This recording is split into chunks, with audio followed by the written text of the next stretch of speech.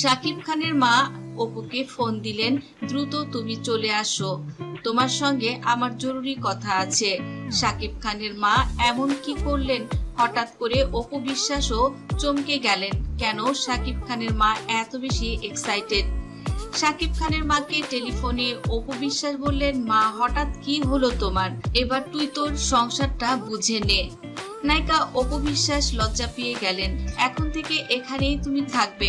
আবরাম খান জয় বলে, পাপা এখন থেকে কি আমরা তিনজন তোমার রুমেই থাকবো? শাকিব খান বলেন, হ্যাঁ এখন থেকে আমরা একসঙ্গেই থাকবো। আবরাম খান জয় বলে, হুররে, এখন থেকে আমরা ফ্যামিলি।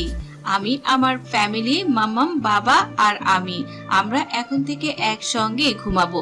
এদিকে অপু বিশ্বাস যাই বলুক না কেন, অনেক সময় আবেগে অনেক কথা বলে ফেলে, কিন্তু তাই বলে সেটা কিন্তু করা সম্ভব হয় না।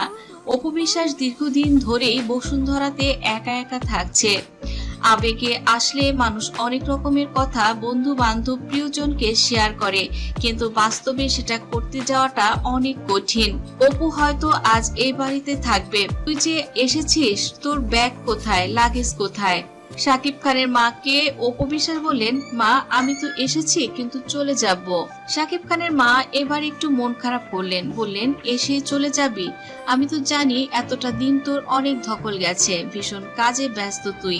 অপুকে বললেন, এত কষ্ট করে এসেছিস, এখানে থাক, একটু রেস্ট কর, আমি রান্না করছি। তবে অপু বিশ্বাস কখনো শাকিব খানের বাবা মায়ের সঙ্গে বেয়াদবি করেন না। তিনি বললেন, ঠিক আছে মা, আমি না হয় একটু উপরে যাই, একটু ফ্রেশ হয়ে আসি। তুমি যেহেতু বলছো আজ আমি তোমার কাছে থাকবো, ঠিক আছে আমি তোমার সঙ্গেই থাকবো। আমি একসঙ্গে তোমার সঙ্গে রান্নাঘরে রান্না করব। তো অপু বিশ্বাস বলেন, আজ সারা রাত তোমার সঙ্গে আমি গল্প করব।